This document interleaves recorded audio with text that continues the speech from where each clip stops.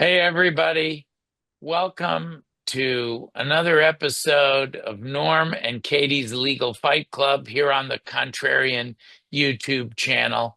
Katie, what's the motto here at Fight Club, and what are we going to talk about today?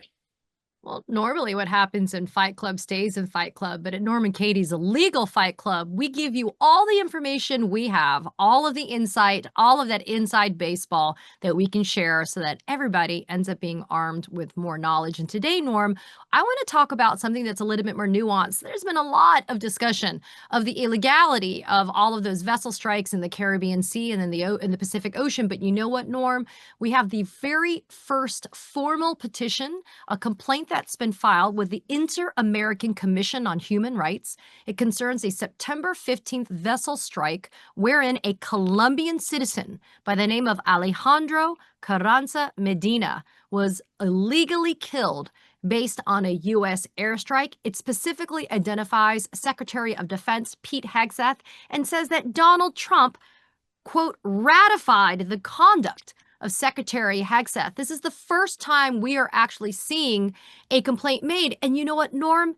Finally, we have somebody actually saying, prove it, United States. Prove the facts. Show us the evidence. I mean, look, I spoke to a congressman yesterday, Jim Himes, and he's on Intel, and he's like, look, we're not getting all the information, and we're members of Congress. So you know what, Norm? Maybe this is what it takes to get that information out to the American people so they can actually understand whether or not these people are really narco-terrorists or not.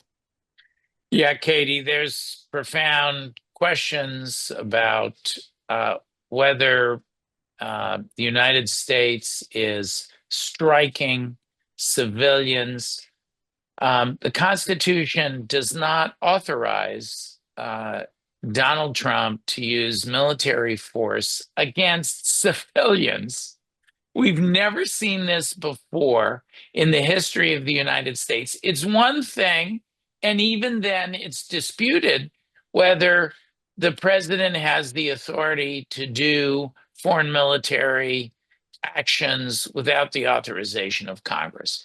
Article 1 provides that the power to declare war belongs to the legislature, not to the executive.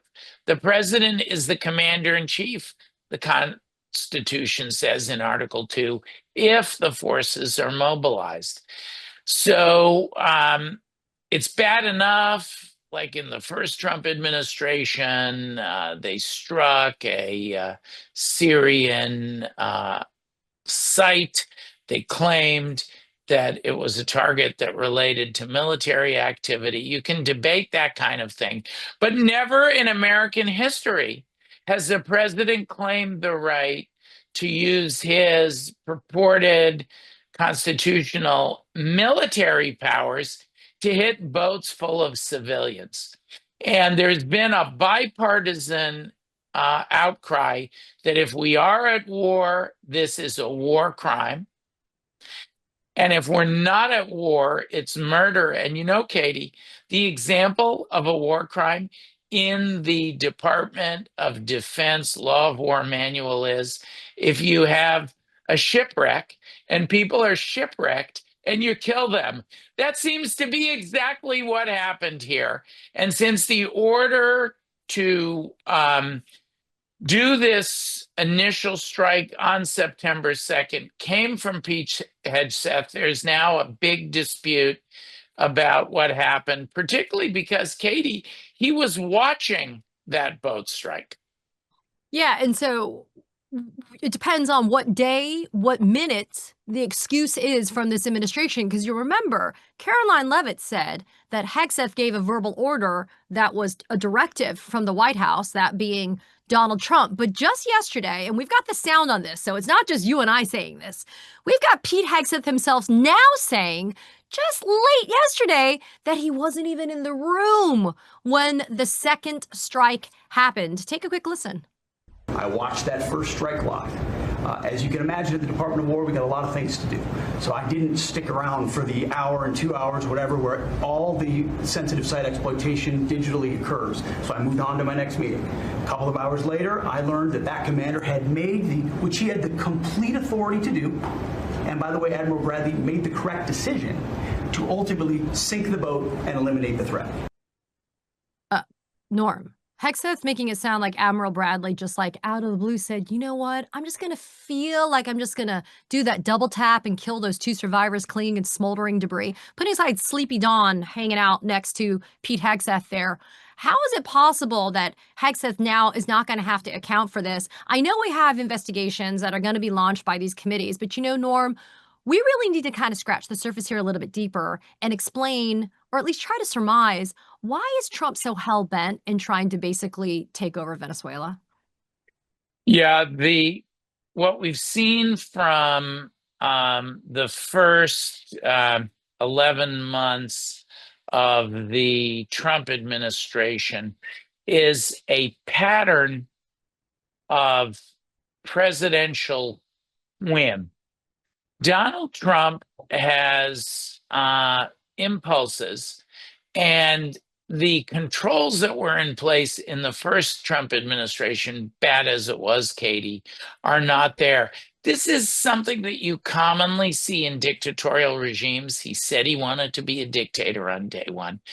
And it's often the reason the dictatorial regimes fail. For whatever twisted reason, Donald Trump has got it in his mind that he's going to, in the words of the movie title, wag the dog. He's in trouble domestically. His approval rating is mired in the mid-30s. Even when Republicans are successful, they're hemorrhaging support. We just had a race in Tennessee yesterday where the Republican underperformed by 12 points. If that measures, and we saw an electoral wipeout in November. So I think Donald Trump, in a dumb way, says, I'm going to change the conversation from the fact that life under Trump is not affordable for Americans. Healthcare prices under Trump are exploding. He stole healthcare subsidies in his big ugly bill to give tax breaks to billionaires. The Epstein files are starting to come out now. I got rolled in Congress. I'm going to change the subject with a war, but he's doing it stupidly. And just like this double tap, Katie, the second strike that apparently killed those civilians, if media reports are true, this war is completely unfounded. And I don't know about you. I think it's going to make his problems in the United States worse, not better, if he actually goes ahead to make land strikes in Venezuela or to declare war on Venezuela. The second you have one drop of American blood shed on Venezuelan soil for this, it's over for Donald Trump and the Republicans. But you know, Norm, here's the thing that I'm kind of like hanging my hat on, and we are Legal Fight Club, so you know, I wanted to ask you this because I think it's important. How come nobody's been able to see, as in us, that OLC memo that's purportedly the legal justification for all of these strikes that are going on? You know, as lawyers, as Americans, non-lawyers, whomever, we should be able to look at the legal justification for this to be able to see if it's legit or not. The fact that they continue to hide this, including the Epstein files, for example, just goes to show consciousness of guilt, does it not? It just goes to show that they know that if this thing is actually tested for its propriety and for its actual legal meat, that it's going to fail. And so I think it's incredibly uncomfortable that the United States is on the verge of a war with Venezuela, and yet nobody has been able to really vet the legal justification. And by the way, I just did a thing the other day about how Pete Hegseth has demolished the previous iteration of the JAG Corps and all of the branches of the military to remake it in a way that is giving cover for more aggression and more volatility and more chaos in these branches of the military. And these are the people that are supposed to be giving real-time, kind of boots on the ground legal advice for these types of decisions. So you know what? This is clearly on brand for what's happening with this administration, but nobody has seen this now famous OLC memo that says that all of this is legally justified. Katie, we can guess at what's in the OLC memo because of what we have seen, the 2-page, very sparse justification that was required under the War Powers Act to be provided to Congress after the strikes began in September. The argument that it appears that I'm guessing is in that memo is that these boats supposedly coming to the United States with drugs on them are like a foreign aircraft coming to the United States, foreign military with missiles to strike the United States. But that's mixing apples and basketballs.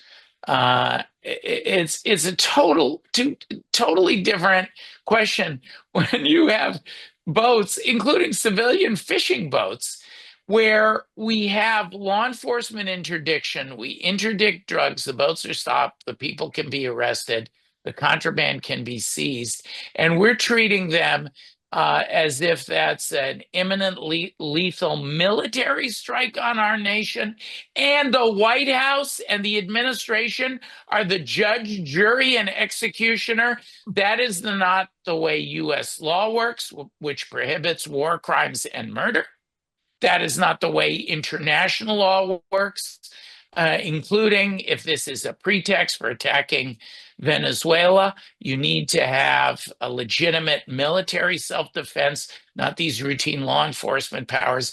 It reminds me of the way Donald Trump is trying to militarize the National Guard to do routine law enforcement in our cities. And finally, the predicate that there's a non-international armed conflict, as Trump puts it. The Nicaragua is part of Venezuela, the gang. His own intelligence services have cast doubt upon the factual basis. The legal basis is not there in this OLC memo. The factual basis is very likely not there. We can surmise that, and that's the reason that we're not seeing it.